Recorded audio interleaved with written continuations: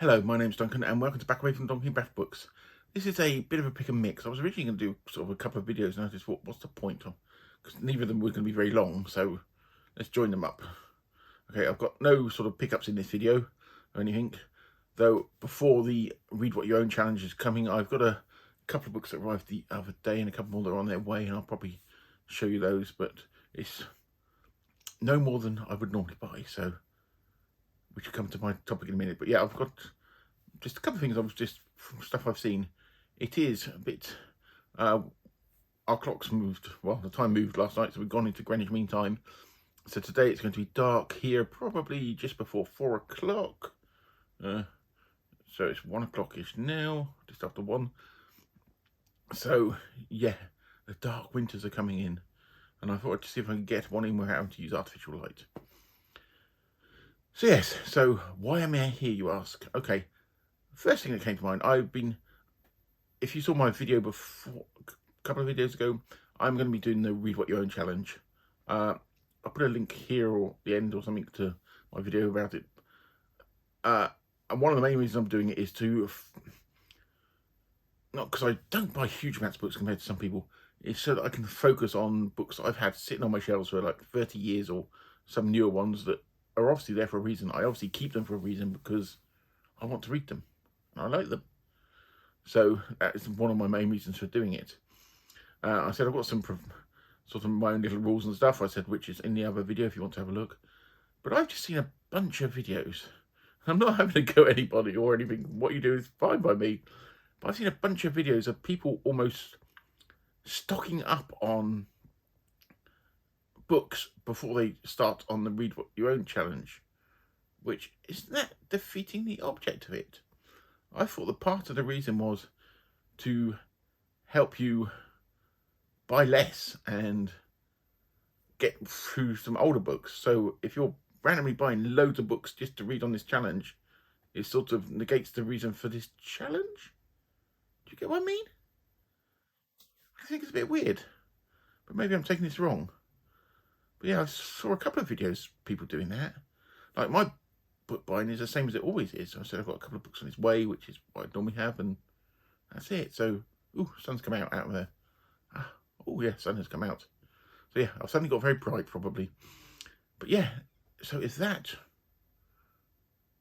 you're starting something that you don't buy books because you want to read the books you've got.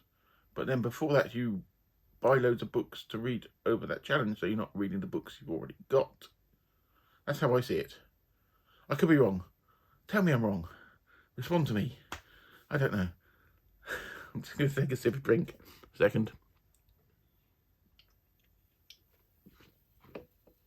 Oh, by the way, this is weird stuff. I should have had a cup of coffee instead. Pepsi Max Mango. Don't. Just don't. I'm just finishing it off because we bought some the other week. It's weird. But yes. Now, the other thing that I found quite interesting is I was watching, if you don't subscribe to her, go across and have a look, is Nerdy Kathi. She's an Australian booktuber and she has some quite interesting things. And she had a discussion about when do you give up on an author. And, what's going on out there?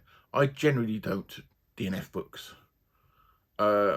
In the past 30, 40 years, I can think of 2 that I've DNF'd on. Actually, only 1, actually. 2?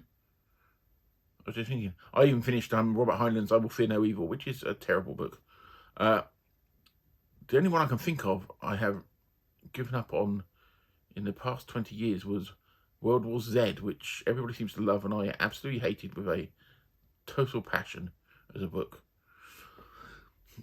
But but generally I don't. Even if I don't go back some years later, I generally do not DNF books. But it was quite an interesting discussion because you say, when do you give up on an author? If you read books of theirs that you don't like or don't click with you, do you totally an author?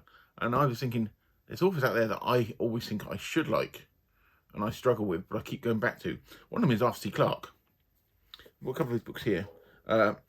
Who's an author that I read and have read, and I can see how clever they are, but I just don't sort of gel with. Fall of Moondust, which is the Poseidon Adventure in Sand, as far as I'm concerned. I've got there.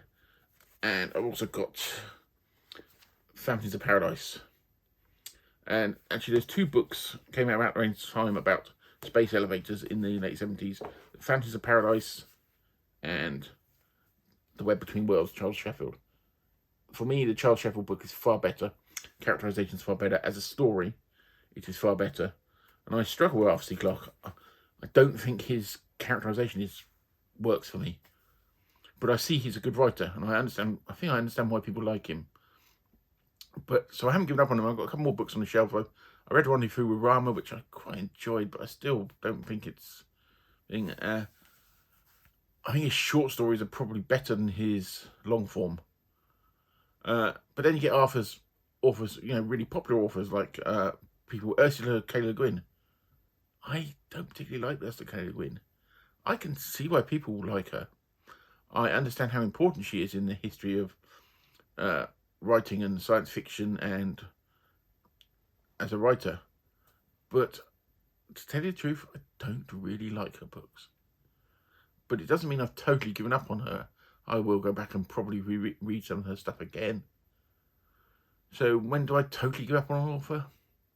It's a difficult question because I don't consciously do it. There might be authors I maybe give up on, but I haven't consciously done it. I just don't really get more of their books. Does that make sense? But anyway, Kathy's video is really good. I said I've got a link to it down below. Go across and watch it. And I said this is my sort of vague take on that. So yeah, that's just a couple of little bits I wanted to talk about today. At the moment, I said I'm still finishing off the, if you saw what I'm reading, is the Bernard Cornwell book about Shakespeare. I'm finishing that off at the moment, and I'm probably going to sit down this afternoon and read it. And that's really all I've got to say today. Tomorrow, which is Monday, I've got my video on the Quiet Son, the Wilson Tucker book. Or as I keep saying in the video, Tucker Wilson, because I keep swapping his name around. It's basically got 2 names that sound like surnames. So keep an eye out for that video. That's coming out tomorrow, and I'll probably have some more stuff coming out later in the week. So yeah, so this was a very, very short sort of pick and mixy type thing for a Sunday afternoon. And the sun's coming out again, and I'm going to go and have some lunch, and then I'm going to take my little Yorkie for a walk, and we are going to wrap up in the wind. And I will speak to you all very soon.